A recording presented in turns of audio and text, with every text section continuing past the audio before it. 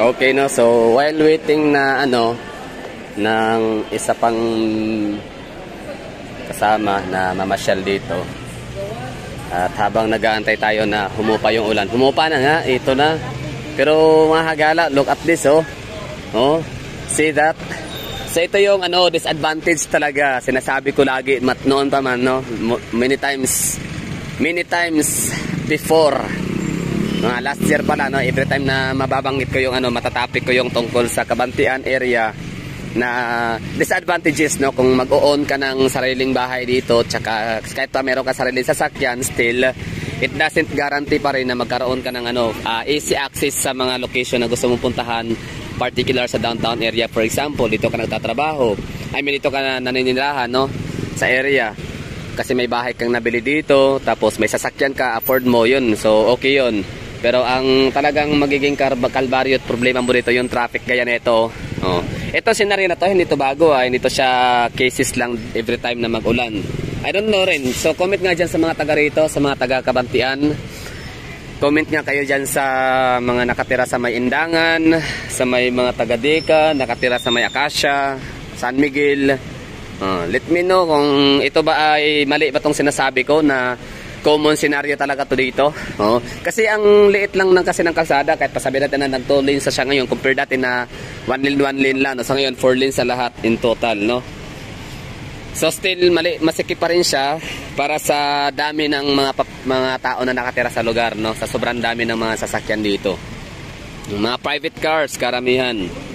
Wala silang skyway, wala silang expressway, no, na access papuntang downtown area. So ang dami kong kakilala na may mga property dito sa Indangan. May property dito sa mga Deka homes, mga subdivision na ang ginawa nila, yan, balik na lang sila. Ang ginawa nila ay hindi sila tumira. Ang ginawa ay pinapaupahan na lang. At sila din ay nangungupahan na lang din sa downtown area kasi nga ang area na ito ay napaka-traffic. Yep. Shout out. Shout out. Diba? So siya, hindi siya accessible siya kasi may kalsada, konkreto, 4 lanes. Pero hindi siya guaranteed na hindi ka malilate, hindi ka matatraffic pa uwi at papasok sa trabaho kasi look at the scenario. Yan. So panigurado isa rin ang contribution, isa sa nag-contribute din ito ay ang baha, panigurado sa St. Jude, no, area. Yan sa may Memorial Buhangin, Memorial Park.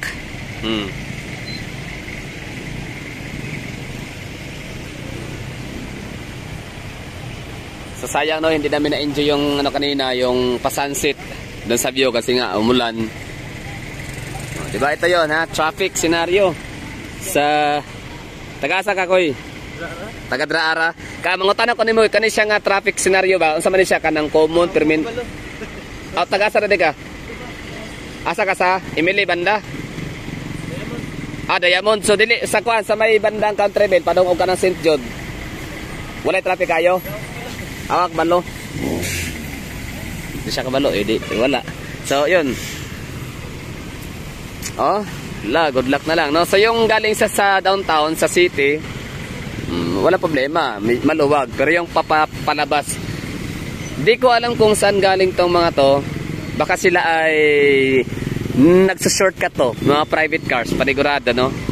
Yan na din minsan, no? Talagang inakala natin na bypass road or yung mga secret way, hindi dinadaanan. Ang problema, marami na nakakaalam, kaya yon lahat nagbabasa ka, lahat ay nagsa-shortcut sa short way. Pwede dito silang gagawa ng shortcut. Kunyari dito sa may North Town, kung pwede. Kung pwede. Pero feeling ko parang bawal yata ngayon, no? Tingnan natin kung may umiikot ba. Parang wala yata. Parang wala na ikot. Kasi pwede sa dadaan dyan, North Town, tapos labas sila sa may way ng Mandog area. Pero malayo din, no? Baka doon naman sila matraffic sa may bandang Tigato. Yun, no? Ang traffic na yan, no? Pwedeng sa yan? Intersection sa may Country Homes.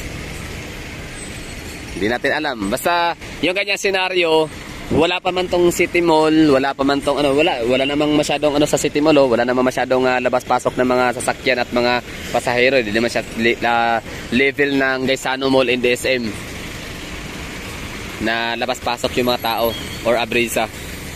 Pati mga sasakyan, no, na labas-pasok. Lahat ng mga dito mga walk-in, mga commute lang, no, namamasada lang, ano lang, nag-public commuter lang.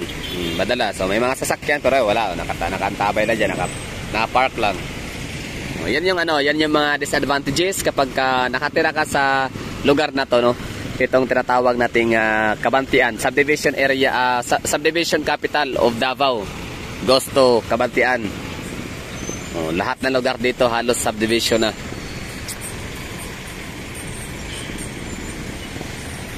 Ayan, yung mga disadvantages. Yun, wala na. Road rage na yan mamaya. Hindi, wag naman sana, no. Hindi naman pwede. Hindi naman siguro aabot sa ganong ala. Ano yun? Nasagi.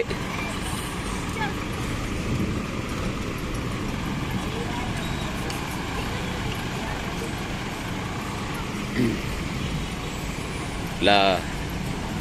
O, diba? Yan ang problema talaga kapag traffic, road rage, iinit yung ulo, magkabanggaan, ayan, magkaasaran, magkainitan, magkagirian. So, kaya talaga no, baon ka ng ano, mga 100, 1,000 ano, pasensya. Para iwas ops. Atrasan mo karon. Keep distance yun, isa key. Keep distance. Yan, problema. Kaya pag ano, magkaroon na to ng mga expressway tsaka skyway ang Davao, abay luluwag na. Hindi na kailangan na antayin pa yung mga hindi na kailangan si Ramon Ang, mga Ayala, mga Villar. Kasi yun kasi di ba madalas naman na magmay-ari ng mga skyway and expressway sa Luzon. Dito sa Davao parang afford naman ng natin siguro LGU. Ng ating local government unit na gumastos para sa expressway and the skyways. Yan nga lang talaga, list talaga yan list priority kasi ang dami talaga yung problema talaga sa Davao na pinakaharap natin. Yun na nga yung road widening, additional na mga bypass roads. So yung mga expressways and skyways, medyo yun, matagal pa yun. Tsaka syempre alam naman natin kapag government owned or government project and facilities, walang bayad yan for free, di ba? For example, Coastal Road, walang bayad yan, no? Wala toll free.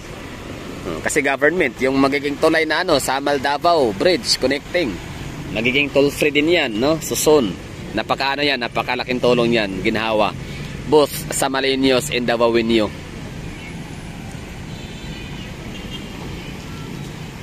Di ba? Problema sa Davao, lalo na sa mga suburbans, kung tawagin, di ba? Suburbans.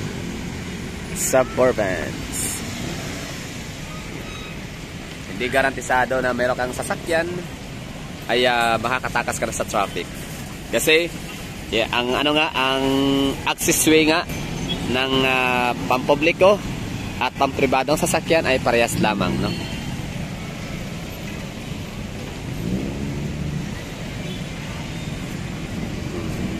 Yan siguro, maraming salamat sa mga nanonood. Thank you no, sa walang sawang suporta. Sa mga silent viewers yan, maganda. Maraming salamat. No? Okay rin yun, silent viewer lang. Wala ba yung malubos? Narakod rin nagtindog. Wala ko ka-explore pa. Siguro baha. Pwede. Ayun so maraming salamat sa mga silent viewers, sa mga nagko-comment, sa mga nagbibigay ng mga mga super thanks, lahat-lahat nagbibigay ng mga like button, malaking tulong yan. Tsaka yun, sa mga nagre-recommend sa ating video, kahit minsan naman hindi naman talaga recommendable. Di ba? Grateful pa rin tayo dyan. So it's an act of kindness, so much appreciated. Bye bye.